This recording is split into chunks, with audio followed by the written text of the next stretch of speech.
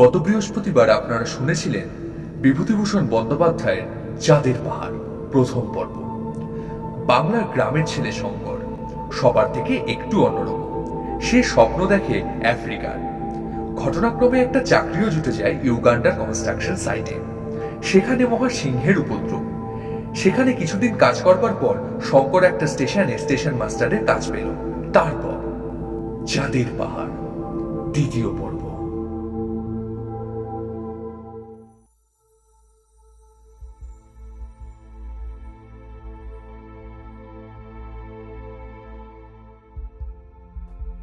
নতুন পথ পেয়ে উৎফুল্ল মনে শঙ্কর যখন স্টেশনটাতে এসে নামল, তখন বেলা 3টে হবে। স্টেশন ঘরটা খুব ছোট, মাটির প্ল্যাটফর্ম আর স্টেশন ঘরের আশপাশ কাটা তারের বেড়া দিয়ে ঘেরা। স্টেশন ঘরের পেছনে তার থাকবার কোয়ার্টার, পায়রার খোপের মতো ছোট। যে ট্রেনখানা তাকে বহন করে এনেছিল সেখানা কিসমুর দিকে চলে গেল। শঙ্কর যেন অখুল সমুদ্রে পড়ল।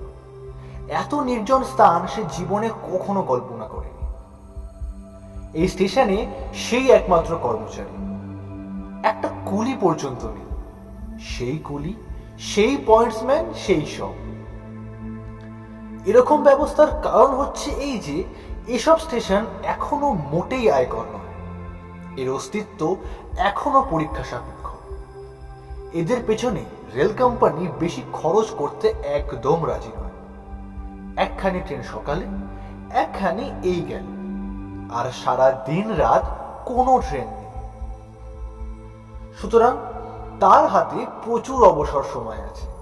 চার্জ বুঝে নিতে হবে, এই যা একটু কাজ। আগের স্টেশন মাস্টারটি গুজরাটি, বেশ ইংরেজি জানে। সে নিজের হাতে চা করে নিয়ে এল। চার্জ বুঝবার বেশি কিছু নেই। গুজরাটি স্টেশন মাস্টার তাকে পেয়েও খুব খুশি। ভাবে বোধ হলো সেও কথা বলবার সঙ্গী পায়নি অনেক দিন। দুজনে প্ল্যাটফর্মের এদিক ওদিক অনেকটা পায়চারি করল। শঙ্কর বলল, আচ্ছা, এই জায়গাটা কাটা তারের বেড়া দিয়ে ঘেরা কেন? গুজরাটি ভদ্রলোকটি বললেন, হ্যাঁ, ও কিছু না, নির্জন জায়গা, লোকজন নেই, তাই। শঙ্করের মনে হলো কি একটা কথা লোকটা যেন গোপন করে গেল। শঙ্করও আর পিড়াপিড়ি করলে না। রাত্রে ভদ্রলোক রুটি গড়ে শঙ্করকে খাবার নিমন্ত্রণ করলেন। খেতে বসেই হঠাৎ লোকটা চেঁচিয়ে উঠল, এই যা, ভুলে গেছি। কি হলো? খাওয়ার জল নেই মোটে। ট্রেন থেকে নিতে একদম ভুলে গিয়েছি। এখানে খাবার জল কোথাও পাওয়া যায় না? কোথাও না। একটা কুয়ো আছে, তার জলও বেজায় তেতো আর কষা। সে জলে বাসন মারা ছাড়া আর কোনো কাজ হয় না। খাওয়ার জল এই ট্রেন থেকেই দিয়ে যায়। বেশ জায়গা বটে, খাবার জল নেই, মানুষজনও নেই। এখানে স্টেশন করেছে কেন তার শঙ্কর একদম বুঝতে পারল না। পরের দিন সকালে ভূতপূর্ব স্টেশন মাস্টার চলে গেল। শঙ্কর পড়ল একদম একা। নিজের কাজ করে, রাধে খায়, ট্রেনের সময় প্ল্যাটফর্মে গিয়ে দাঁড়ায়, দুপুরে বই পড়ে, কি বড় টেবিলটাতে শুয়ে ঘুমায়। বিকেলের দিকে ছায়া পড়লে প্ল্যাটফর্মে একা পায়চারি করে। স্টেশনের চারিদিক ঘিরে ধুধু সীমাহীন প্রান্তর, দীর্ঘ ঘাসের বন, মাঝে ইউকা বাবলা গাছ, দূরে পাহাড়ের সারি সারা চক্রবাল জুড়ে। ভারী সুন্দর সেই দৃশ্য। গুজরাটি লোকটি ওকে বারণ করে গিয়েছিল একা যেন এইসব মাঠে সে না বেড়াতে বের হয়। শঙ্কর বলেছিল, কেন?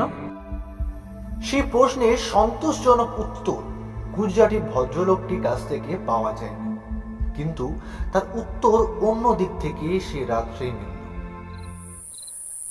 সকাল রাতেই আহারাদি সেরে শঙ্কর স্টেশন ঘরে বাতি জ্বালিয়ে বসে ডায়েরি লিখছিল।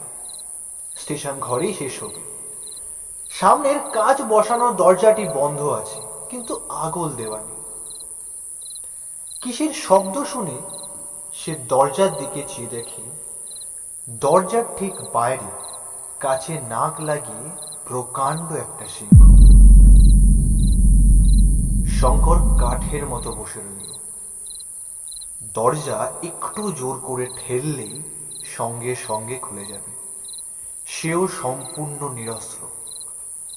টেবিলের ওপর কেবল কাঠের রুলটা মাত্র আছে।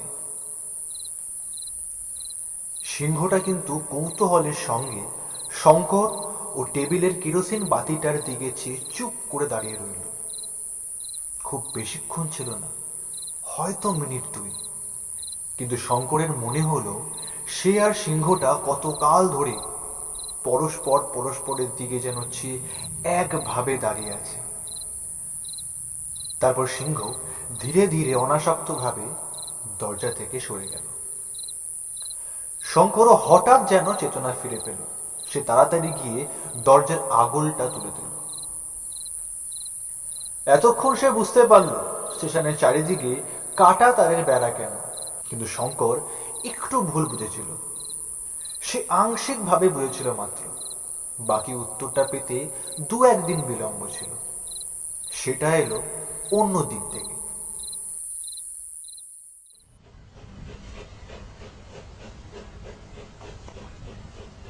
পরের দিন সকালে ট্রেনের গার্ডকে সে রাতের ঘটনাটা বলল। গার্ড লোকটি খুব ভালো, সব শুনে বলল, এসব অঞ্চলে সর্বত্রই এমন অবস্থা। এখান থেকে 12 মাইল দূরে আরেকটা তোমার মতো ছোট স্টেশন আছে, সেখানেও একই দশা। এখানে যে কাণ্ড। সে কি একটা বলতে যাচ্ছিল, কিন্তু হঠাৎ কথা বন্ধ করে সে তৎক্ষণাৎ ট্রেনে উঠে পড়ল। যাওয়ার সময় চলন্ত ট্রেন থেকে বলে গেল, বেশ সাবধানে থেকো সর্বদা। শঙ্কর খুব চিন্তিত হয়ে পড়ল। এরা কি কথা চেপে যায়? সিংহ ছাড়া আরো কিছু কি আছে এখানে? যাই হোক, সেদিন থেকে শঙ্কর প্ল্যাটফর্মে স্টেশন ঘরের সামনে রোজ আগুন জ্বালিয়ে রাখে। সন্ধ্যার আগেই দরজা বন্ধ করে স্টেশন ঘরে ঢোকে। অনেক রাত পর্যন্ত বসে পড়াশোনা করে বা ডায়েরি লেখে। রাত্রের অভিজ্ঞতা খুব অদ্ভুত। বিস্মিত প্রান্তরে ঘন অন্ধকার নামে।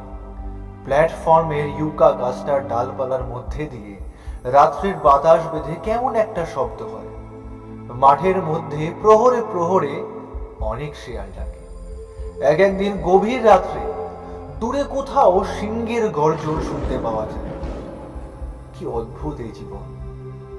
ঠিক এই জীবনই সে চেয়েছিল। এ তার রক্তে আছে। এই জনহীন প্রান্তর, এই রহস্যময় রাত্রি, অচেনা নক্ষত্রে ভরা আকাশ, এই বিপদের আশঙ্কা, এই তো জীবন। নিরাপদ শান্ত জীবন নিরীহ কেরানিন হতে পারে, তার নয়। সেদিন বিকেলের ট্রেন রওনা করে দিয়ে সে নিজের কোয়ার্টারের রান্নাঘরে ঢুকতে যাচ্ছে। এমন সময় খুঁটির গায়ে কি একটা দেখে সে 3 হাত লাফিয়ে দিয়ে পিছিয়ে এলো। প্রকাণ্ড একটা হলদে খরিশ গোখ্র তাকে দেখে ফনা উদ্যত করে খুঁটি থেকে প্রায় 1 হাত বাইরে মুখ বাড়িয়েছে। আর 2 সেকেন্ড পরে যদি শঙ্করের চোখ সেদিকে পড়তো, তাহলে না। এখন সাপটাকে মারবার কি করা যায়? কিন্তু সাপটা পর মুহূর্তেই খুঁটি বেয়ে ওপরে খড়ের চালে লুকিয়ে পড়ল। বেশ কাণ্ড বটে। ওই ঘরে গিয়ে শঙ্করকে এখন ভাত রাঁধতে বসতে হবে। কিন্তু সিংহ নয় যে দরজা বন্ধ করে আগুন জ্বেলে রাখবে। খানিকটা ইতস্তত করে শঙ্কর অজ্ঞতা রান্নাঘরে ঢুকল এবং কোন রকমে তাড়াতাড়ি রান্না সেরে সন্ধে হবার আগে খাওয়া দাওয়া সাঙ্গ করে সেখান থেকে বেরিয়ে স্টেশন ঘরে এলো। কিন্তু স্টেশন ঘরেই বা বিশ্বাস কি? সাপ কখন কোন ফাঁক দিয়ে ঘরে ঢুকবে তাকে কি আর ঠেকিয়ে রাখা যাবে?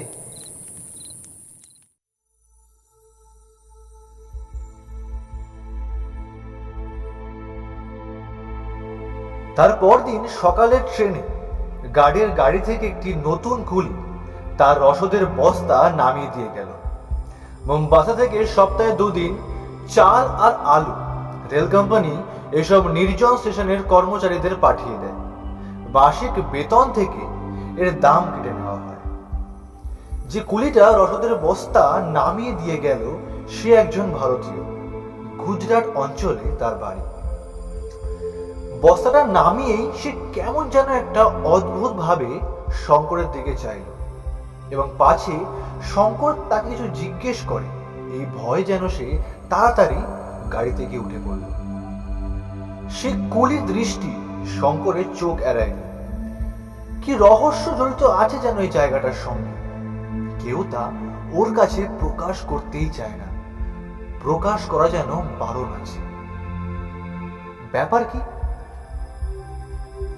দিন দুই পরে ট্রেন পাস করে সে নিজের কোয়ার্টারে ঢুকতে যাচ্ছে, আর একটু হলেই সাপের ঘাড়ে পা দিয়েছিল আর কি। সেই খরিশ গোখরো সাপ। আগের সাপটাও হতে পারে, নতুন একটা যে নয় তারও কোনো প্রমাণ নেই। শঙ্কর সেই দিন স্টেশন ঘর, নিজের কোয়ার্টার ও চারিদিকে জমি ভালো করে পরীক্ষা করে দেখল। সারা জায়গায় মাটিতে বড় বড় গর্ত। কোয়ার্টারের উঠোনে, রান্নাঘরের দেয়ালে, কাঁচা প্ল্যাটফর্মের মাঝে মাঝে সর্বত্র গর্ত ও ফাটল আর ইঁদুরের মাটি। তবুও যেন সে কিচ্ছু বুঝতে পারল না। একদিন সে স্টেশন ঘরে ঘুমিয়ে আছে।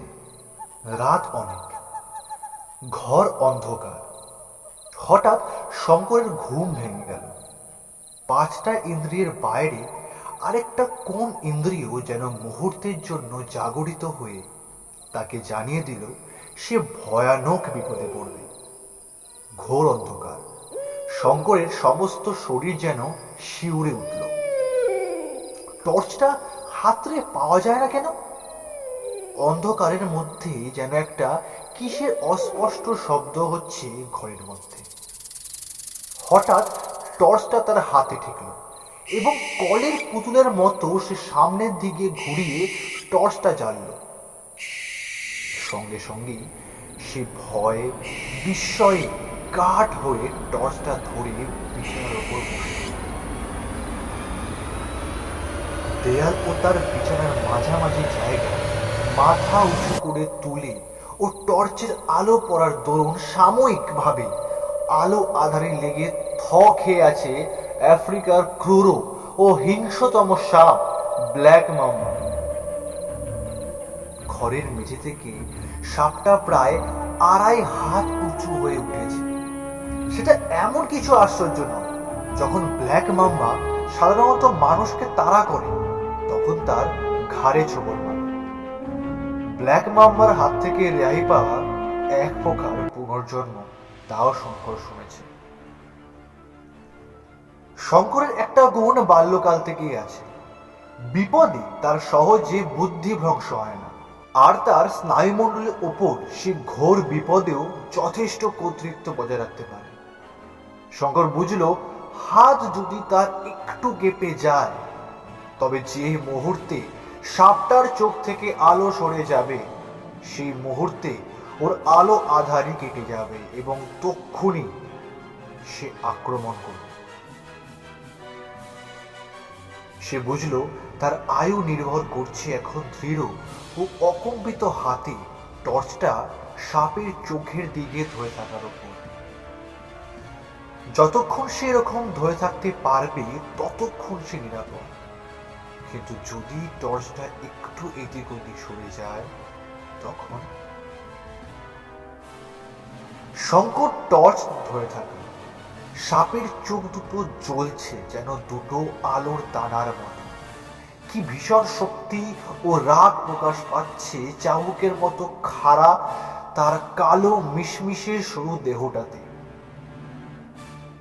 শঙ্কর যেন ভুলে গেল তার চারপাশের সমস্ত আসবাবপত্র, গোটা আফ্রিকা দেশটা, তার রেলের চাকরি, মোমবাসা থেকে কিসুমু লাইনটা, তার দেশ, তার বাবা মা। সমস্ত জগৎটা যেন শূন্য হয়ে গিয়ে সামনের ওই দুটো জলজলে আলোর দানায় পরিণত হয়েছে। তার বাইরে সব শূন্য, অন্ধকার, মৃত্যুর মতো শূন্য, প্রলয়ের পরের বিশ্বের মতো অন্ধকার। সত্য কেবলই মহাহিংস্র উদ্যত ফনা সাপটি, যেটা প্রত্যেক ছোবলে 1,500 মিলিগ্রাম তীব্র বিষ ক্ষতস্থানে ঢুকিয়ে দিতে পারে এবং দেওয়ার জন্য ওত পেতে বসে রয়েছে। শঙ্করের হাত ঝিমঝিম করছে, আঙ্গুল অবশ হয়ে আসছে, কুড়ুই থেকে বগল অব্দি হাতের যেন কোনো সার নেই। কতক্ষণ সে আর টর্চ ধরে থাকবে? আলোর দানা দুটো হয়তো সাপের চোখ নয়, জোনাকি পোকা কিংবা নক্ষত্র, কিংবা টর্চের ব্যাটারির তেজ কমে আসছে না? সাদা আলো যেন হলদে ও নিস্তেজ হয়ে আসছে না? কিন্তু জোনাকি পোকা কিংবা নক্ষত্র দুটো তেমনি জ্বলছে। রাত না দিন, ভোর হবে না সন্ধে হবে? শঙ্কর নিজেকে সামলে নিল। ওই চোখ দুটো জ্বালাময়ী দৃষ্টি তাকে যেন মোহগ্রস্ত করে তুলেছে। সে সজাগ থাকবে। এই তেপান্তরের মাঠে চেঁচালেও কেউ কোথাও নেই, সে জানে। তার নিজের স্নায়ুমণ্ডলীর দৃঢ়তার ওপর নির্ভর করছে তার জীবন। কিন্তু সে আর পারছে না যে। তার হাত যেন টনটন করে অবশ হয়ে আসছে। কতক্ষণ সে টর্চ ধরে থাকবে এইভাবে? সাপে নয় ছোবল দিক, কিন্তু হাতখানা একটু নামিয়ে সে আরাম বোধ করবে একটু। তারপর ঘড়িতেই টং করে 3টে বাজল। ঠিক রাত 3টে অবধি বোধ হয় শঙ্করের আয়ু ছিল, কারণ 3টে বাজবার সঙ্গে সঙ্গে তার হাত কেঁপে নড়ে গেল। সামনের আলোর দানা দুটো গেল নিভে, কিন্তু সাপ কোথায়? তাড়া করে এলো না তো। পরক্ষণে শঙ্কর বুঝতে পারল সাপটাও সাময়িক মোহগ্রস্ত হয়েছে তার মতো। এই অবসর বিদ্যুতের চেয়েও বেগে সে টেবিল থেকে এক লাফ মেরে অন্ধকারের মধ্যে দরজার আগুল খুলে ঘরের বাইরে গিয়ে দরজাটা বাইরে থেকে বন্ধ করে দিল।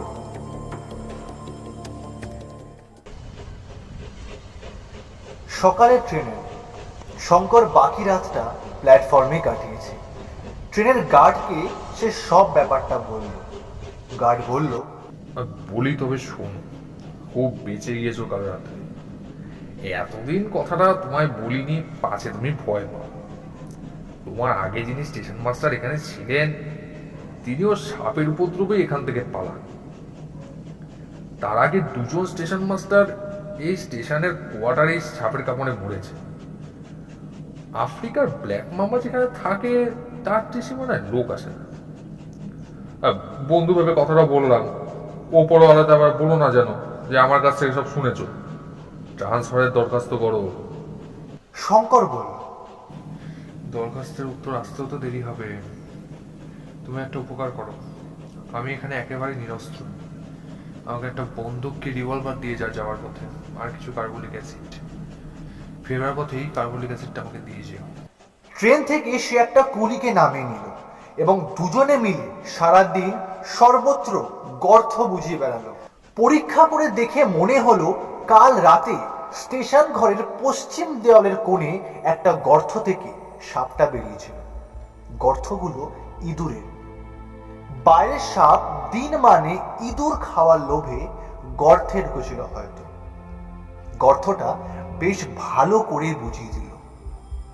ডাউন ট্রেনের গার্ডের কাছ থেকে 1 বোতল কার্বলিক অ্যাসিড পাওয়া গেল। ঘরের সর্বত্র ও আশেপাশে সে অ্যাসিড ছড়িয়ে দিল শঙ্কর। সে কুলিটা তাকে একটা বড় লাঠি দিয়ে গেল। 2-3 দিনের মধ্যেই রেল কোম্পানি থেকে ওকে একটা বন্দুক দিল।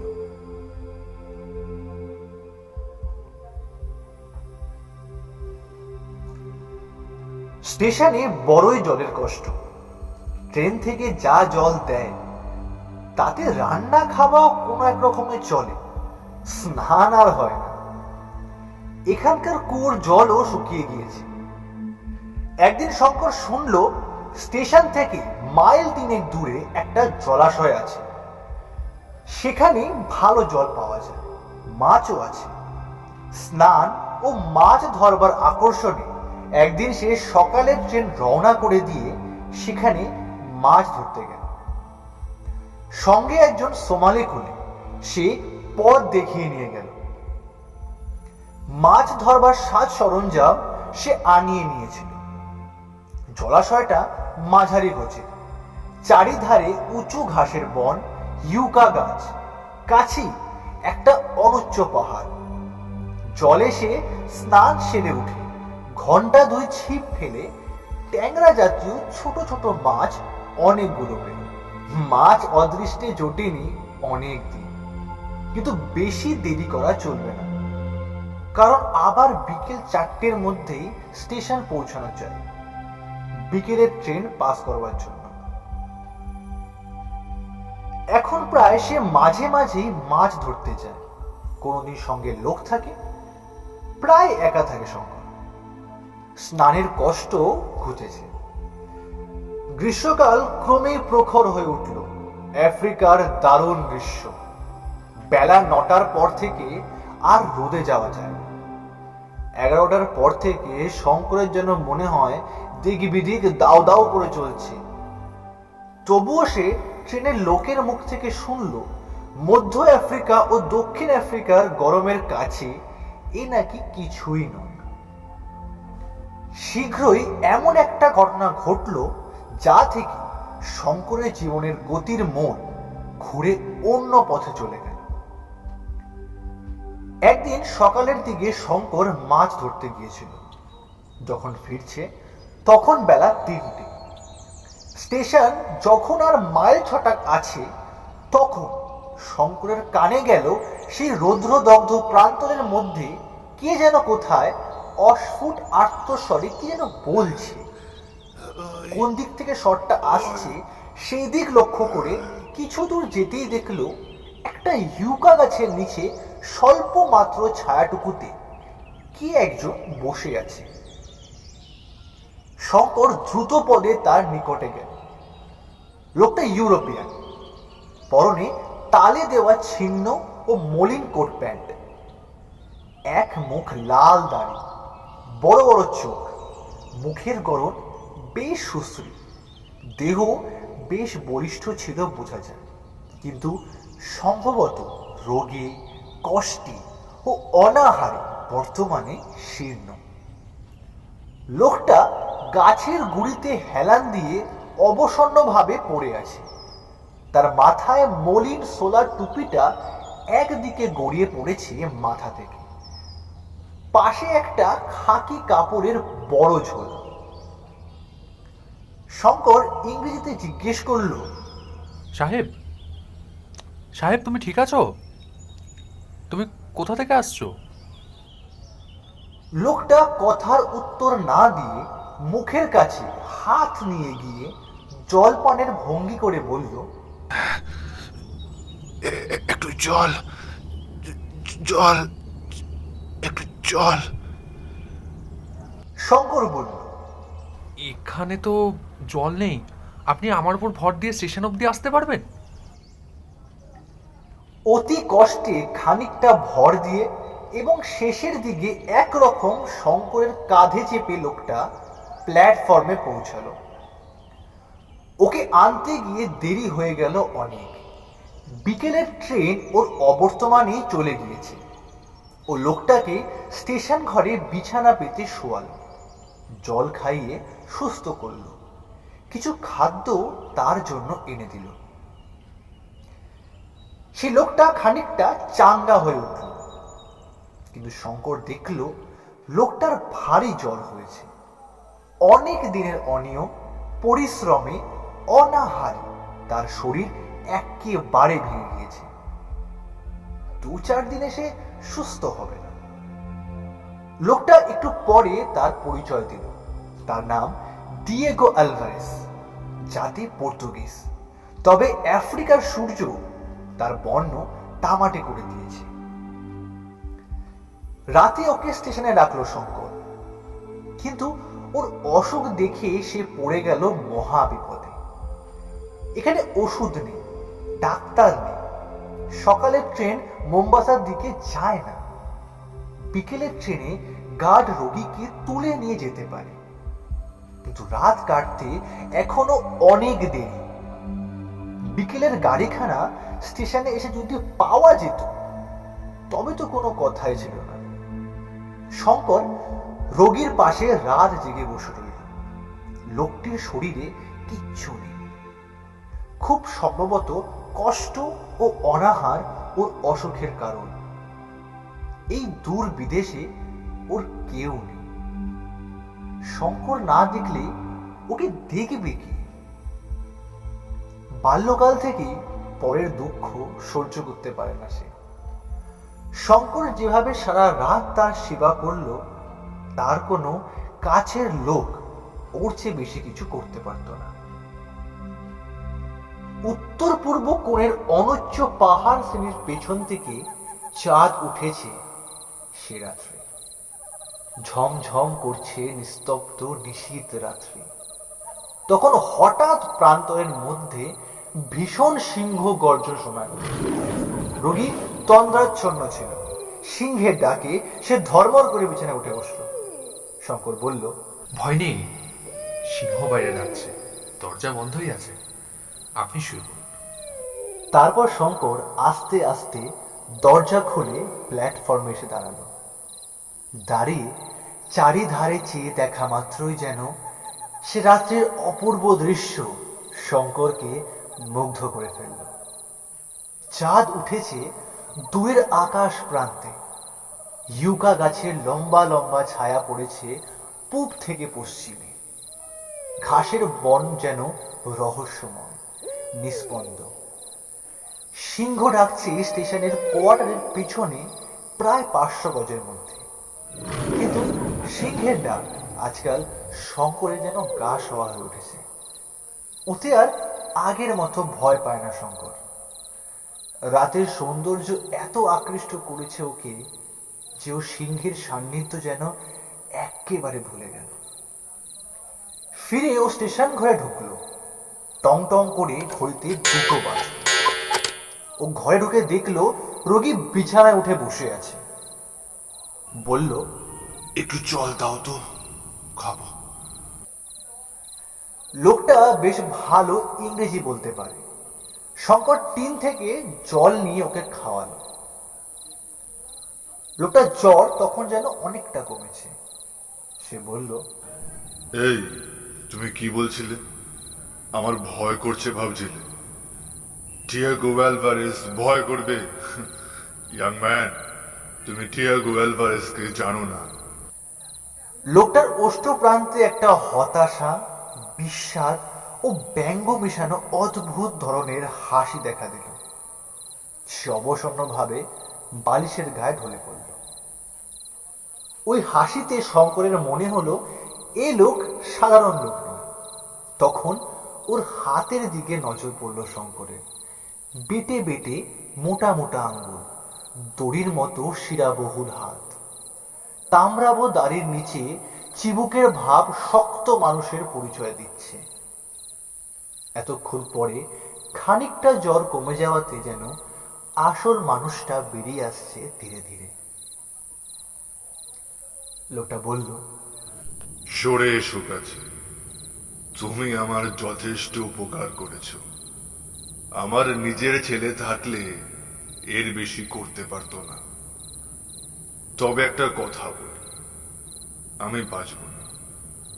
আমার মন বলছে আমার দিন ফুরিয়ে এসেছে। তোমার উপকার করে দিতে চাই। তুমি তো ইন্ডিয়ান, এখানে কত মাইনে পাও। এই সামান্য মাইনের জন্য যখন দেশ ছেড়ে এত দূরে এসেছো, তখন তোমার মনে সাহস আছে, কষ্ট সহ্য করবার শক্তি আছে। আমার কথা মন দিয়ে শোনো, কিন্তু প্রতিজ্ঞা করো, আজ তোমাকে যেসব কথা বলবো, আমার মৃত্যুর পূর্বে তুমি কারো কাছে তা প্রকাশ করবে না। শঙ্কর সে আশ্বাসই দিল। তারপর সে অদ্ভুত রাত্রি ক্রমশ কেটে যাওয়ার সঙ্গে সঙ্গে সে এমন এক আশ্চর্য, অবিশ্বাস্য ধরনের আশ্চর্য কাহিনী শুনল যা সাধারণত উপন্যাসেই পড়া যায়। ইয়াং ম্যান, তোমার বয়স কত হবে? 22? তুমি যখন মায়ের কোলের শিশু, আজ 20 বছর আগের কথা। 1888 কি 89 সালের দিকে আমি কেপ কলোনির উত্তরে পাহাড় জঙ্গলের মধ্যে সোনার খনির সন্ধান করে বেড়াচ্ছিলাম। তখন বয়স ছিল কম, দুনিয়ার কোনো বিপদকেই বিপদ বলে গ্রাহ্য করতাম না। বুলাওয়েও শহর থেকে জিনিসপত্র কিনে একাই রওনা হলো, সঙ্গে কেবল 2 কাঁধা জিনিসপত্র বহর জন্য। জাম্বেসি নদী পার হয়ে চলেছি, পথ ও দেশ সম্পূর্ণ অজ্ঞাত, শুধু ছোটখাটো পাহাড়, ঘাস, মাঝে মাঝে কাফিরদের বস্তি। ক্রমে যেন মানুষের বাস কমে গেল। এমন এক জায়গায় এসে পৌঁছালাম যেখানে আগে কখনো কোনো ইউরোপিয়ান আসেন। যেখানে নদী বা খাল দেখি কিংবা পাহাড় দেখি, সবার আগে সোনার স্তরের সন্ধান করি। লোকে কত কি পেয়ে বড় মানুষ হয়ে গিয়েছে দক্ষিণ আফ্রিকায়, এ সম্বন্ধে বাল্যকাল থেকে কত কাহিনী শুনে এসেছিল। সেই সব গল্পের মোহই আমায় আফ্রিকায় নিয়ে এসে ফেলেছিল। কিন্তু বৃথায় 2 বছর নানা স্থানে ঘুরে বেড়ালাম। কত অসহ্য কষ্ট সহ্য করলাম এই 2 বছরে। একবার তো সন্ধান পেয়েও হারালাম। সেদিন একটা হরিণ শিকার করেছি সকালের দিকে। তাঁবু খাটিয়ে মাংস রান্না করে শুয়ে পড়লাম দুপুরবেলা। কারণ দুপুরের রোদে পথ চলা সেসব জায়গায় একরকম অসম্ভব। 115 ডিগ্রি থেকে 130 ডিগ্রি পর্যন্ত উত্তাপ হয় গ্রীষ্মকালে। বিশ্রামের পর বন্দুক পরিষ্কার করতে গিয়ে দেখি বন্দুকের নলের মাছিটা কোথায় যেন হারিয়ে গিয়েছে। মাছি না থাকলে রাইফেলের তাক ঠিক করে হয় না। এদিক ওদিক কত খুঁজেও মাছিটা পেলাম না। কাছেই একটা পাথরের ঢিবি ছিল, তার গায়ে সাদা সাদা কি একটা কঠিন পদার্থ চোখে পড়ল। ঢিবিটার গায়ে সেই জিনিসটা নানা স্থানে আছে। বেছে বেছে তারই একটি দানা সংগ্রহ করে ঘষে মেজে নিয়ে আপাতত সেটাকেই মাছি করে রাইফেলের নলের আগায় বসিয়ে দিলাম। তারপর বিকেলে সেখান থেকে আবার উত্তর মুখে রওনা হলাম। কোথায় তাঁবু ফেলেছিলাম সে কথা ক্রমেই ভুলে গেল। দিন 15 পরে একজন ইংরেজের সঙ্গে সাক্ষাৎ হলো।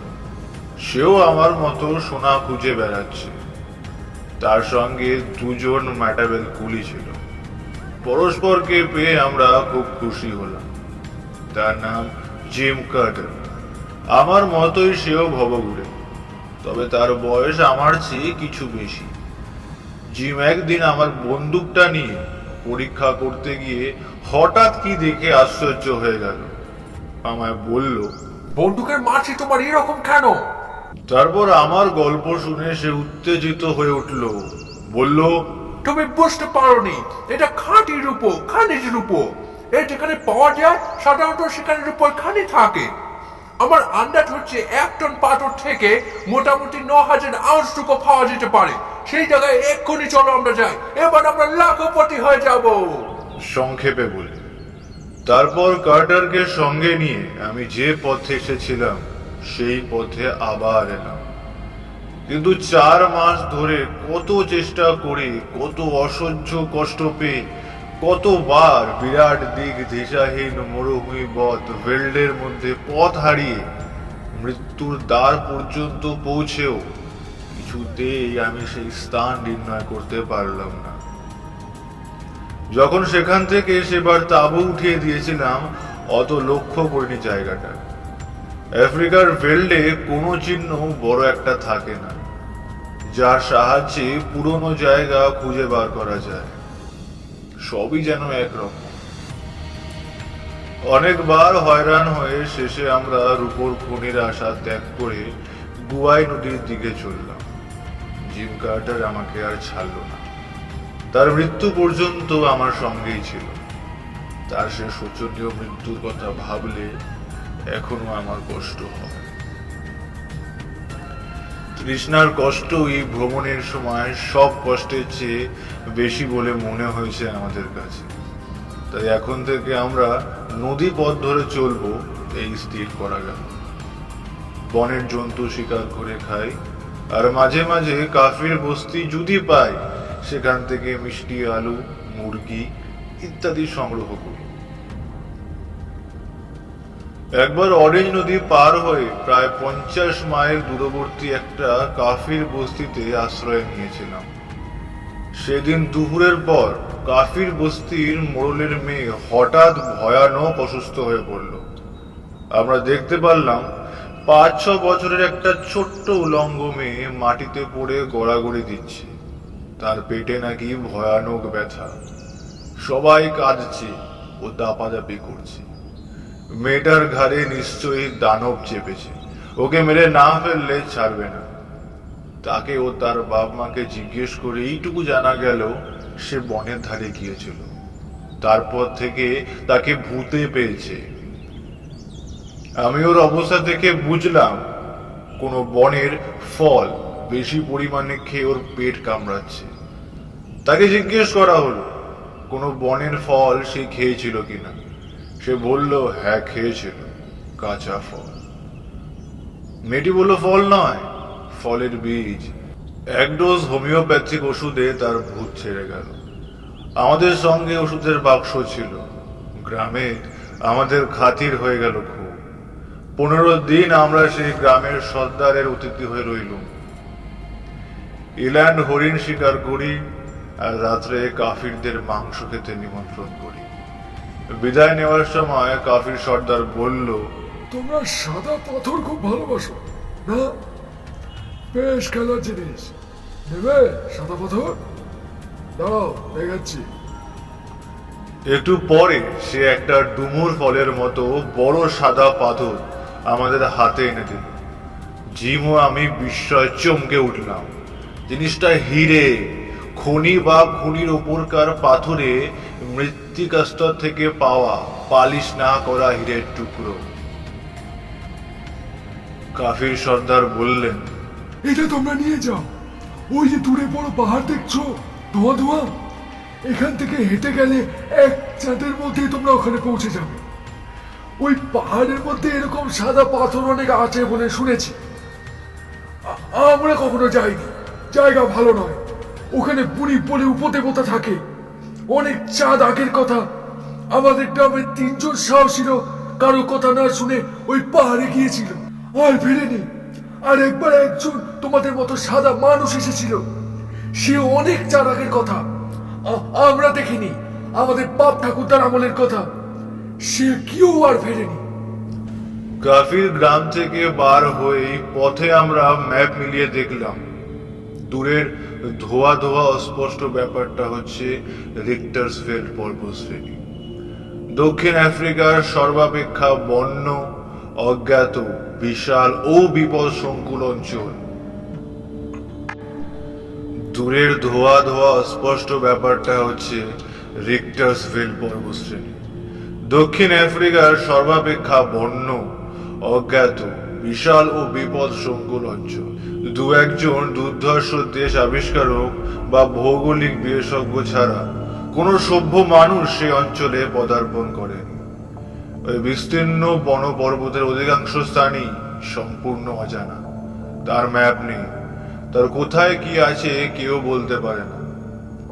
জিম কার্টার ও আমার রক্ত চঞ্চল হয়ে উঠল। আমরা দুজনেই তখনই স্থির করলাম ওই অরণ্য পর্বতমালা আমাদেরই আগমন প্রতীক্ষায় তার বিপুল রত্ন ভাণ্ডার লোকচক্ষুর আড়ালে গোপন করে রেখেছে।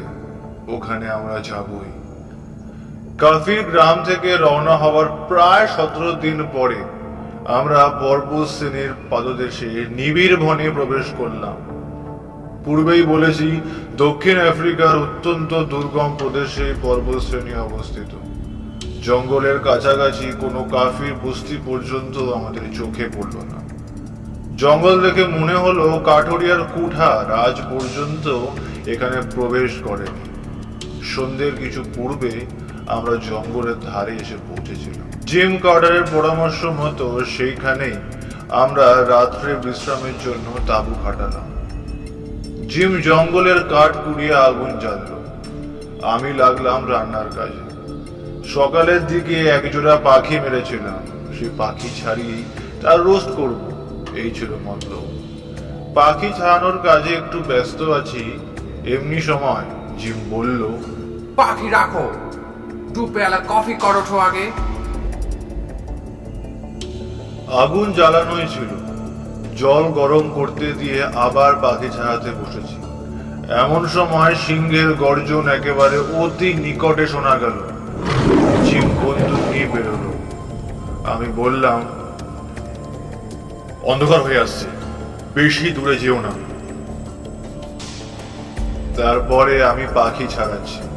কিছু দূরে জঙ্গলের বাইরেই দুবার বন্দুকের আওয়াজ শুনল। একটুখানি থেমে আবার আরেকটা আওয়াজ, তারপরে সব চুপ। মিনিট 10 কেটে গেল। জিম আসে না দেখে আমি নিজের রাইফেলটা নিয়ে যেদিক থেকে আওয়াজ এসেছিল সেই দিকে একটু যেতেই দেখি জিম আসছে। পেছনে কি একটা ভারী মতো টেনে আনছে। আমায় দেখে বলল, ভারী চমৎকার চালখানা, জঙ্গলের ধারে ফেলে রাখলে হায়নাটা সবার করে দেবে। তাবুর কাছে টেনে নিয়ে যায়, চলো চলো।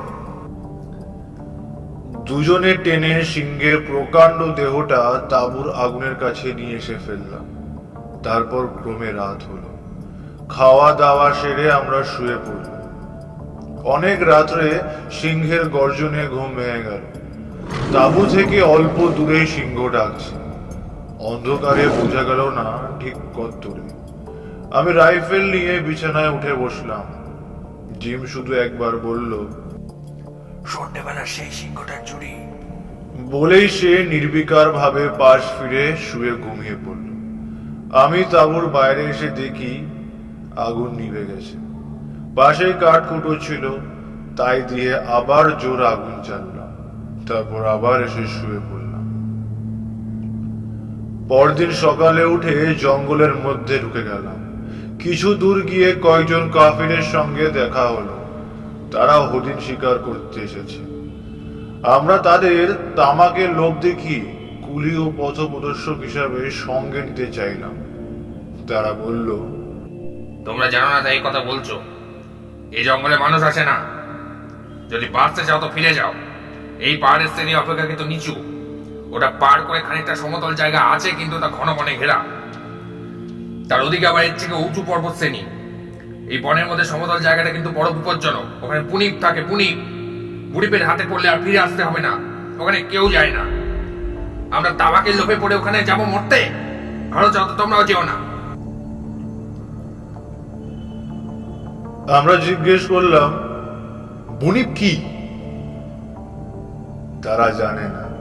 তবে তারা স্পষ্ট বুঝিয়ে দিলে বুনিপ কি না জানলেও সে কি অনিষ্ট করতে পারে সেটা তারা খুব ভালো রকমই জানে। ভয় আমাদের তাতে ছিল না, জিম কার্টারের তো একেবারেই না। সে আরো বিশেষ করে জেদ ধরে বসলো, এই বুনিপের রহস্য তাকে ভেদ করতেই হবে, হিরে পাই বা না পাই। মৃত্যু যে তাকে অলক্ষিতে টানছে তখনও যদি বুঝতে পারতাম। বৃদ্ধ এই পর্যন্ত বলে একটু হাঁপিয়ে পড়ল। শঙ্করের মনে তখন অত্যন্ত কৌতূহল দেখা দিয়েছে। এই ধরনের কথা সে আর কখনো শোনেনি। মুমূর্ষ ডিয়েগো অ্যালভারেজের জীর্ণ পরিচ্ছদ ও শিরাবহুল হাতের দিকে চেয়ে এবং তার পাকা ভুরু জোড়ার নিচেকার ইস্পাতের মতো নীল দীপ্তিশীল চোখ দুটোর দিকে চেয়ে শঙ্করের মন শ্রদ্ধায় ভালোবাসায় ভরে উঠল।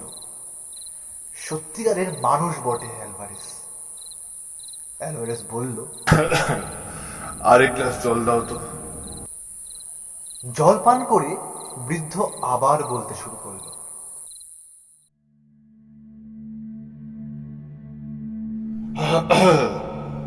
হ্যাঁ, তারপরে শোনো। ঘোর বনের মধ্যে আমরা প্রবেশ করলাম। কত বড় বড় গাছ, বড় বড় ফার্ন, কত বিচিত্র বর্ণের অর্কিড ও লায়ানা। স্থানে স্থানে সে বন নিবিড় ও দূরপ্রবেশ্য। বড় বড় গাছের নিচেকার জঙ্গল এতই ঘন, বর্ষির মতো কাটা গাছের গায়ে। মাথার উপরকার পাতায় পাতায় এমন জড়াজড়ি যে সূর্যের আলো কোনো জন্মেই সে জঙ্গলে প্রবেশ করেছে কিনা তার সন্দেহ আছে। আকাশ দেখা যায় না। অত্যন্ত বেবুনের উৎপাত জঙ্গলের সর্বত্র। বড় গাছের ডালে দলে দলে শিশু, বালক, বৃদ্ধ, যুবা, নানা রকমের বেবুন বসে আছে। অনেক সময় দেখলাম মানুষের আগমন তারা গ্রাহ্য করে না, দাঁত খিচিয়ে ভয় দেখায়। দু একটা বুড়ো সর্দার বেবুন সত্যি হিংস্র প্রকৃতি। হাতে বন্দুক না থাকলে তারা অনায়াসে আমাদেরকে আক্রমণ করত। জিম কার্টার বলল, অন্তত আমাদের খাদ্যের অভাব হবে না কখনো এই জঙ্গলে। 7-8 দিন সেই নিবিড় জঙ্গলে কাটালাম। জিম কার্টার ঠিকই বলেছিল, প্রতিদিন একটা করে বেবুন আমাদের খাদ্য যোগান দিতে দেহপাত করত। উঁচু পাহাড়টা থেকে জঙ্গলের নানা স্থানে ছোট বড় ঝর্ণা নেমে এসেছে, সুতরাং জলের অভাবও ঘটল না। একবার কিন্তু এতে বিপদও ঘটেছিল। একটা ঝর্ণার ধারে দুপুরবেলা এসে আগুন জেলে বেবুনের দাপনা ঝলসাবার ব্যবস্থা করছে। জিম গিয়ে তৃষ্ণায় চোখে ঝর্ণার জল পান করলেন। তার একটু পরে তার ক্রমাগত বমি হতে শুরু করলো, পেটে ভয়ানক ব্যথা। আমি একটা বিজ্ঞান জানি, আমার সন্দেহ হওয়াতে ঝর্ণার জল পরীক্ষা করে দেখি জলে খনিজ আর্সেনিক মেশানো আছে। ওপর পাহাড়ের আর্সেনিকের স্তর ধুয়ে ঝর্ণা নেমে আসছে নিশ্চয়ই। হোমিওপ্যাথিক বাক্স থেকে প্রতিষেধক ওষুধ দিয়ে সন্ধ্যার দিকে জিম সুস্থ হয়ে উঠল। বনের মধ্যে ঢুকে কেবল এক বেবুন ও মাঝে মাঝে দু একটা বিষধর সাপ ছাড়া অন্য কোনো বন্য জন্তুর সঙ্গে আমাদের সাক্ষাৎ হয়নি। পাখি আর প্রজাপতির কথা অবশ্য বাদ দিলাম, কারণ এইসব ট্রপিক্যাল জঙ্গল ছাড়া এত বিচিত্র বর্ণ ও শ্রেণীর পাখি ও প্রজাপতি আর কোথাও দেখতে পাওয়া যাবে না। বিশেষ করে বন্য জন্তু বলতে যা বোঝায় তারা সে পর্যায়ে পড়ে না।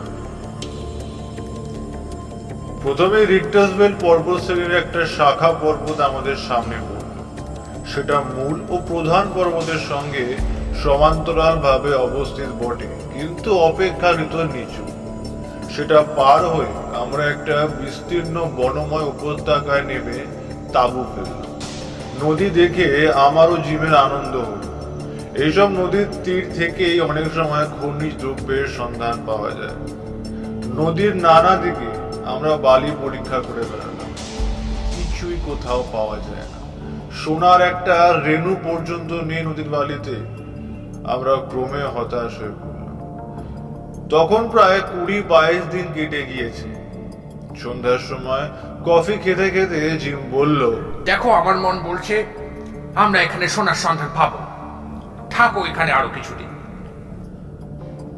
আরো 20 দিন কাটলো। বেবুনের মাংস অসহ্য, অত্যন্ত অরুচিকর হয়ে উঠেছে।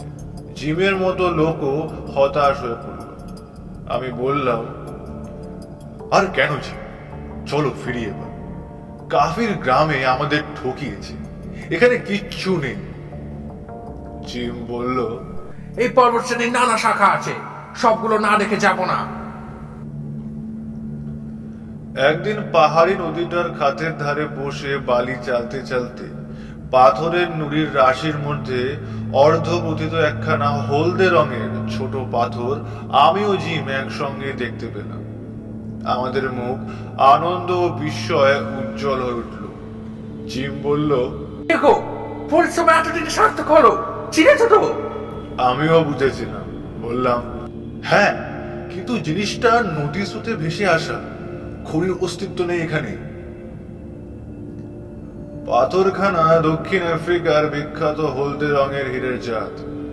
অবশ্য খুব আনন্দের কোনো কারণ ছিল না, কারণ এতে মাত্র এটাই প্রমাণ হয় যে এই বিশাল পর্বতশ্রেণীর কোনো অজ্ঞাত দুর্গম অঞ্চলে হলদে হীরের খনি আছে। নদীর স্রোতে ভেসে এসেছে তা থেকে একটা স্তরের একটা টুকরো। সেই মূল খনি খুঁজে বার করা অমানসিক পরিশ্রম, ধৈর্য, সাহস সাপেক্ষ। সে পরিশ্রম, সাহস ও ধৈর্যের অভাব আমাদের ঘটতো না, কিন্তু যে দৈত্য ওই রহস্যময় বনপর্বতের অমূল্য হীরকখনির প্রহরী, সে সম্পূর্ণ অপ্রত্যাশিত ভাবে আমাদের বাধা দিলে। একদিন আমরা বনের মধ্যে একটা পরিষ্কার জায়গায় বসে সন্ধ্যার দিকে বিশ্রাম করছি। আমাদের সামনে সেই জায়গাটাতে একটা তাল গাছ। তাল গাছের তলায় গুড়িটা ঘিরে খুব ঘন বনঝোপ। হঠাৎ আমরা দেখলাম কিসে যেন অত বড় তাল গাছটা এমন নাড়া দিচ্ছে যে তার উপরে শুকনো ডালপালাগুলো ঘর ঘর করে নড়ে উঠছে, যেমন নড়ে ঝড় লাগলে। গাছটাও সে সঙ্গে নড়ছে। আমরা আশ্চর্য হয়ে গেলাম, বাতাস নেই কোনো দিকে, তাহলে তাল গাছটা নড়ছে কেন? আমাদের মনে হলো কে যেন তাল গাছের গুড়ি ধরে বিশাল পরিমাণে ঝাঁকুনি দিচ্ছে। জিম তখনই ব্যাপারটা কি তা দেখতে গুড়ির তলায় সে জঙ্গলটার মধ্যে ঢুকলো। সে ওর মধ্যে ঢুকবার অল্পক্ষণ পরে আমি একটা আর্তনাদ শুনতে পেয়ে রাইফেল নিয়ে ছুটলাম।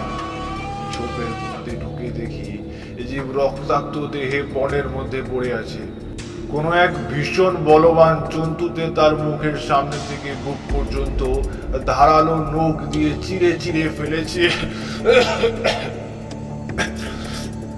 যেমন পুরানো বালিশ ফেলে তুলো বার করে তেমনি। জিম শুধু বলল, সাক্ষাৎ শয়তান, মূর্তিমান শয়তান, পালাও পালাও। তারপরেই জিম মারা গেল। তাল গাছের গায়ে দেখি যেন কিসের মোটা শক্ত চোঁচ লেগে আছে। আমার মনে হলো কোনো ভীষণ বলবান জানোয়ার তাল গাছের গায়ে গা ঘষছিল, তাই জন্য গাছটা ওরকম নড়ছিল। জন্তুটার কোনো পাত্তা পেলাম না। জিমের দেহ ফাঁকা জায়গায় বার করে আমি রাইফেল হাতে ঝোপের ওপারে গেলাম। সেখানে গিয়ে দেখি মাটির ওপরে কোনো অজ্ঞাত জন্তুর পায়ের চিহ্ন। তার মোটে 3টে আঙ্গুল পায়। কিছু দূর গেলাম পায়ের চিহ্ন অনুসরণ করে। জঙ্গলের মধ্যে কিছু দূর গিয়ে গুহার মুখে পদচিহ্নটা ঢুকে গেল। গুহার প্রবেশ পথের কাছে শুকনো বালির ওপর ওই অজ্ঞাত ভয়ঙ্কর জানোয়ারটার বড় বড় 3 আঙ্গুলে থাবার দাগ রয়েছে। তখন অন্ধকার হয়ে এসেছে। সেই জনহীন অরণ্যভূমি ও পর্বত বেষ্টিত অজ্ঞাত উপত্যকায় একা আমি দাঁড়িয়ে আছি। আমি এক অজ্ঞাতকর ভীষণ বলবান জন্তুর অনুসরণ করছি। ডাইনে যেয়ে দেখি প্রায় অন্ধকার সন্ধ্যায় সুউচ্চ প্যাসালেটের দেওয়াল খাড়া উঠেছে প্রায় 4000 ফুট ওপরে। বনে বনে নিবিড়, খুব উঁচুতে পর্বতের বাঁশবনের মাথায় সামান্য যেন একটা রাঙা রোদ, কিংবা হয়তো আমার চোখের ভুল, অন্তত আকাশের আভা পড়ে থাকবে। আমি ভাবলাম এই সময় গুহার মধ্যে ঢোকা বা এখানে দাঁড়িয়ে থাকা বিবেচনার কাজ হবে না। জিমের দেহ নিয়ে তাঁবুতে ফিরে এলাম। সারা রাত তার মৃতদেহ নিয়ে আগুন জেলে রাইফেল তৈরি রেখে বসে রইলাম। পরদিন জিমকে সমাধিস্থ করে আবার ওই জানোয়ারটার খোঁজে বার হলাম। কিন্তু মুশকিল এই যে সে গুহা এবং সেই তাল গাছটা পর্যন্ত অনেক খুঁজেও কিছুতেই বার করতে পারলাম না। ওরকম অনেক গুহা আছে পর্বতের নানা জায়গায়। সন্ধ্যার অন্ধকারে কোন গুহা দেখেছিলাম কে জানে। সঙ্গীহীন অবস্থায় সেই মহাদুর্গম রিক্টাসভেল পর্বতশ্রেণীর বনের মধ্যে থাকা আর চলে না। 15 দিন হেঁটে সেই কাফির বস্তিতে এসে পৌঁছালাম। তারা চিনতে পারলো, খুব খাতির করলো। তাদের কাছে জিমের মৃত্যু কাহিনী বললাম। শুনে তাদের মুখ ভয় যেন কেমন কাঠ হয়ে গেল। ছোট্ট ছোট্ট চোখ বড় হয়ে উঠল ভয়ে। তারা বলল, ওই ভয় ওখানে কেউ যায় না। কাফির বস্তি থেকে আর 5 দিন হেঁটে অরেঞ্জ নদীর ধারে এসে একখানা ডাচ লঞ্চ পেলাম। তাতে করে এসে সভ্য জগতে পৌঁছালাম। আমি আর কখনো রিক্টাসভেল পর্বতের দিকে যেতে পারিনি। চেষ্টা করেছিলাম অনেক, কিন্তু বোর যুদ্ধ এসে পড়ল। যুদ্ধে গেলাম, আহত হয়ে প্রিটোরিয়ার হাসপাতালে অনেক দিন রইলাম। তারপর সিঁড়ে উঠে একটা কমলা লেবুর বাগানে কাজ পেয়ে সেখানে এতদিন ছিলাম। বছর 4-5 শান্ত জীবনযাপন করবার পরে আর ভালো লাগে না। তাই আবার বের হয়েছিল, কিন্তু বয়স হয়ে গিয়েছে অনেক ম্যান। এবার আমার চলা বোধহয় ফুরবে। এই ম্যাপখানা তুমি রাখো। এতে রিক্টাসভেল পর্বত ও যে নদীতে আমরা হেরে পেয়েছিল মোটামুটি ভাবে আঁকা আছে। সাহস থাকে তো সেখানে যেও, বড় মানুষ হবে। বুয়োর যুদ্ধের পর ওই অঞ্চলে ওয়াই নদীর ধারে দু একটা ছোট বড় হীরের খনি বেরিয়েছে, কিন্তু আমরা যেখানে হিরে পেয়েছিলাম তার সন্ধান কেউ জানে না। যেও তুমি।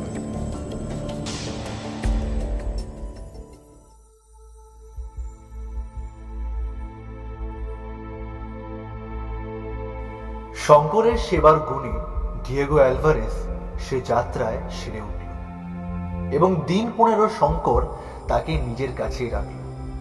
কিন্তু চিরকাল যে পথে পথে বেরিয়ে এসেছে তার কি আর ঘরে মন বসে? একদিন সে যাওয়ার জন্য মহাব্যস্ত হয়ে পড়ল। শঙ্কর নিজের কর্তব্য ঠিক করে ফেলেছিল। সে বলল, চলো, তোমার অশোকের সময় যেসব কথা বলেছিলে মনে আছে তো? সেই হলদে হিরের ফোনে। অশোকের ঝোঁকে অ্যালভারেজ যেসব কথা বলেছিল এখন সে সম্বন্ধে বৃদ্ধ আর কোনো কথাটি বলে না। বেশিরভাগ সময় চুপ করে কি যেন ভাবে। শঙ্করের কথার উত্তরে বৃদ্ধ বলল, আমিও যে কথাটা ভেবে দেখিনি তা নয়, কিন্তু আলিয়ার পেছনে ছুটবার সাহস তোমার আছে? শঙ্কর বলল, আছে কিনা তা দেখতে দোষী। আজই বলো তো মামর স্টেশনে তার করে আমার বদলে অন্য লোক পাঠাতে বলি। আরো দিন 10 পর দুজনে কিসুমো গিয়ে ভিক্টোরিয়া নারানজা হ্রদে স্টিমার চড়ে দক্ষিণ মুখে ময়ানজার দিকে যাবে ঠিক করল। পথে এক জায়গায় বিস্তীর্ণ প্রান্তরে হাজার হাজার জেব্রা, জিরাফ, হরিণ চড়তে দেখে শঙ্কর তো অবাক। এমন দৃশ্য সে আর কখনো দেখেনি।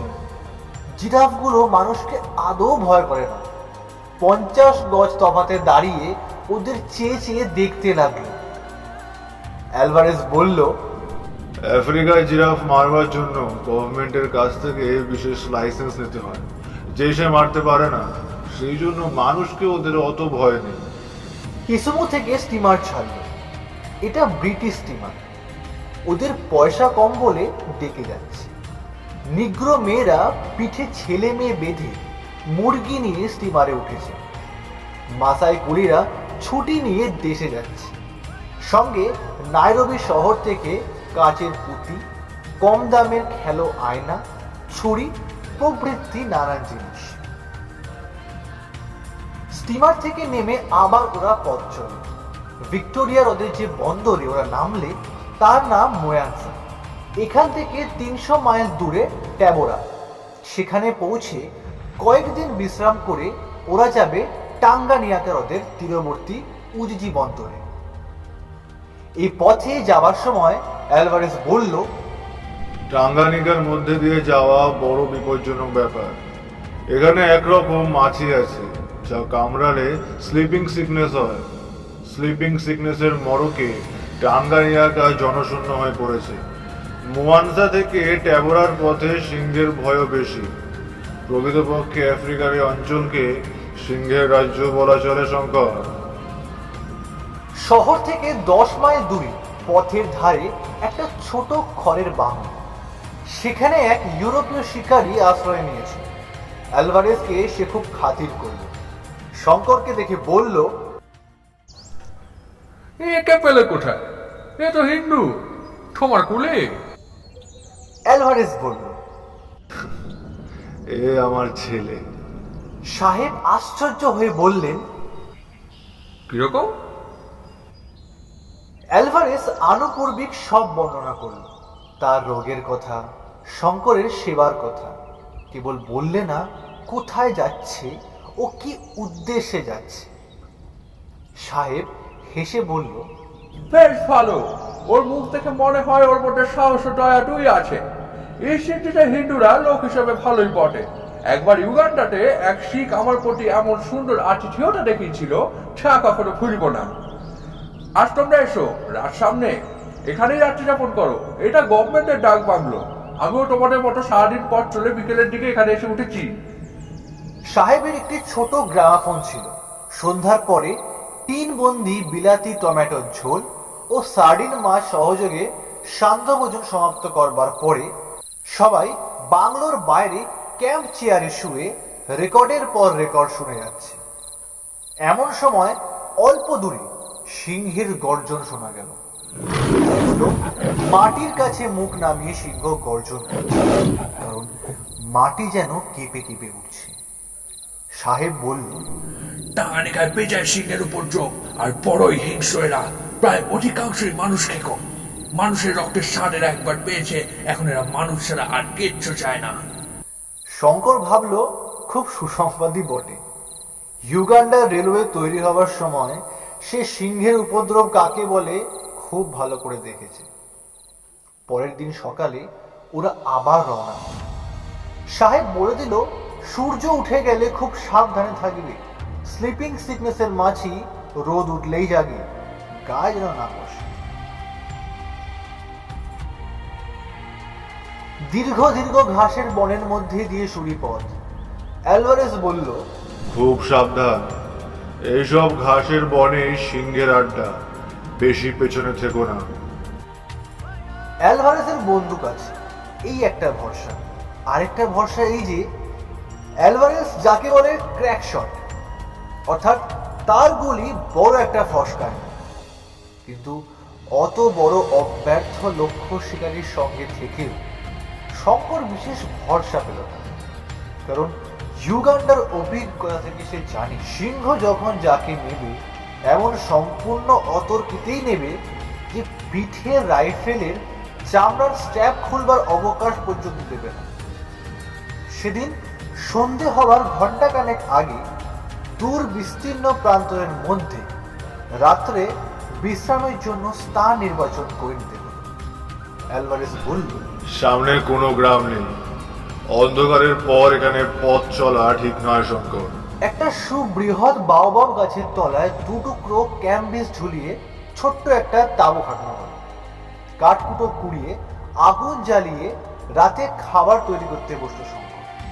তারপর সমস্ত দিন পরিশ্রমের পরে দুজনেই শুয়ে ঘুমিয়ে পড়ল। অনেক রাত্রে অ্যালভারেজ শঙ্করকে ডাকল। শঙ্কর ধর্মর করে বিছানায় উঠে বসল। অ্যালভারেজ বলল, কি একটা জানোয়ার যেন তাঁবুর চারপাশে ঘুরছে, বন্দুক বাগিয়ে রাখো শঙ্কর। সত্যি একটা কোনো অজ্ঞাত বৃহৎ জন্তুর নিঃশ্বাসের শব্দ তাঁবুর পাতলা ক্যাম্বিসের পর্দার বাইরে শোনা যাচ্ছে। তাঁবুর সামনে সন্ধ্যায় যে আগুন করা হয়েছিল তার স্বল্পাবিষ্ট আলোকে সুবৃহৎ বাওবাব গাছটা একটা ভীষণ দর্শন দৈত্যের মতো দেখাচ্ছে। শঙ্কর বন্দুক নিয়ে বিছানা থেকে নামবার চেষ্টা করতে বৃদ্ধ বারণ করল। পরক্ষণে জানোয়ারটা হুড়মুড় করে তাঁবুটা ঠেলে তাঁবুর মধ্যে ঢুকবার চেষ্টা করবার সঙ্গে সঙ্গেই তাঁবুর পর্দার ভেতর থেকে অ্যালভারেজ পর পর 2 বার রাইফেল ছুড়ল। শব্দটা লক্ষ্য করে শঙ্করও সেই মুহূর্তে বন্দুক উঠালো, কিন্তু শঙ্কর ঘোড়া টিপবার আগেই অ্যালভারেজের রাইফেল আরেকবার আওয়াজ করে উঠল। তারপরেই সব চুপ। ওরা টর্চ ফেলে সন্তর্পণে তাঁবুর বাইরে এসে দেখল তাঁবুর পূব দিকে বাইরের পর্দাটা খানিকটা ঠেলে ভেতরে ঢুকেছে এক প্রকাণ্ড সিংহ। সেটা তখনও মরেনি, কিন্তু সাংঘাতিক আহত হয়েছে। আরো 2 বার গুলি খেয়ে সেটা শেষ নিঃশ্বাস ত্যাগ করল। অ্যালভারেজ আকাশের নক্ষত্রের দিকে চেয়ে বলল,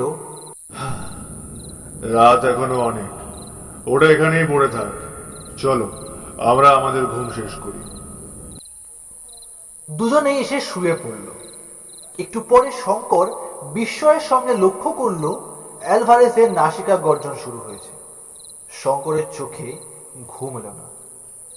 আধ ঘন্টা পরে শঙ্করের মনে হলো অ্যালভারেজের নাসিকা গর্জনের সঙ্গে পাল্লা দেওয়ার জন্য টাঙ্গানিয়াকা অঞ্চলের সমস্ত সিংহ একযোগে ডেকে উঠল। ভয়ানক সিংহের ডাক। আগেও শঙ্কর অনেকবার সিংহ বলতে, কিন্তু এ রাতে এসে ভীষণ বিরাট গর্জন তার চিরকাল মনে থাকবে। তাছাড়া ডাক তাঁবু থেকে 20 হাতের মধ্যে। অ্যালভারেজ আবার জেগে উঠল, বলল, না, রাত্রে দেখছি আরে একটুও ঘুমাতে দেবে না। আগে সিংহটা জোড়া, সাবধানে থাকো, বড় পাজি জানোয়ার। কি দুর্যোগের রাত্রি! তাঁবুর আগুনও তখনও নিভু নিভু। তার বাইরে তো ঘুটঘুটে অন্ধকার, পাতলা ক্যাম্বিসের চটের মাত্র ব্যবধান। তার ওদিকে সাথীহারা পশু বিরাট গর্জন করতে করতে সেটা একবার তাঁবু থেকে দূরে যায়, আবার কাছে আসে, কখনো তাঁবু প্রদক্ষিণ করে। ভোর হবার পূর্বেই সিংহটা সরে পড়ল। ওরাও তাঁবু তুলে আবার যাত্রা শুরু করলো।